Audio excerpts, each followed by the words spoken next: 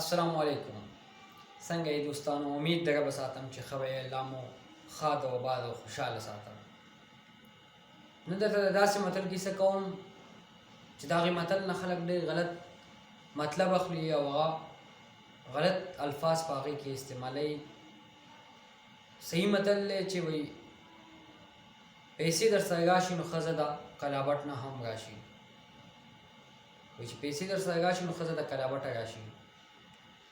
نو د دې کې خلک الفاظ هم غلط استعمالوي او د دې نه مطلب هم غلط اخلي. د دې په شا کیسه څه داسې ده چې ویلی کېږي چې پخوا زمانه کې په صوابۍ کې یو غریب سړی اوسېدو. خپل کلي کې ورته چا جینۍ نه وی کوله، واده یې کولو، په خپل کلي کې ورته چا جینۍ نه وی کوله. مور یې ډېره پریشانه وه او د جینۍ په طلب کې وه چې زوی ته زه واده وکړم. په خپل کلي کې ورته هېڅ چا هم جینۍ نه وی کوله، تر دې چې هغه مور یې په تلاش کې ګرځېده. د جینۍ د هزاره کې یو علاقه ده کلابټ. په کلابټ کې د مور یو جینۍ خوښه کا او هغوی سره خبره جوړه شوه، کویدن وشوه. په کلابټ کې د دې سړي کویدن وشوه، د دې غریب سړي چې د سره هېڅ قسمه پیسې او د صدقه ورسره نه لګېدو.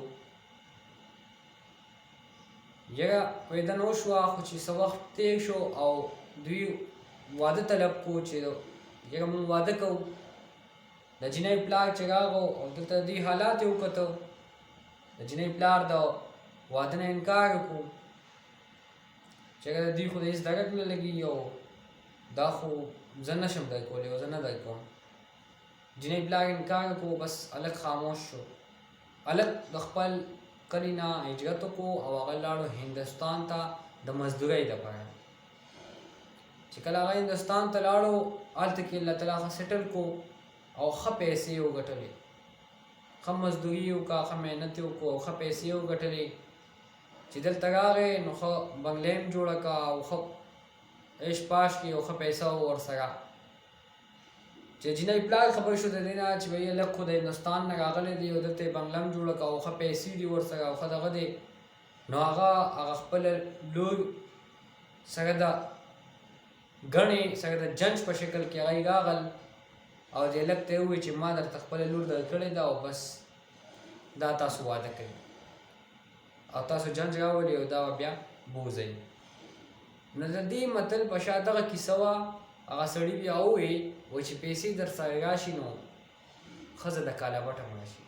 د دې متل په شا دغه کیسه ده او خلک د دې نه غلط مطلب اخلي او غلط الفاظ په دې کې استعمالوي. نو برای مهرباني د غلط الفاظو د غلط مطلب اخیستو نه پرهیز وکړئ.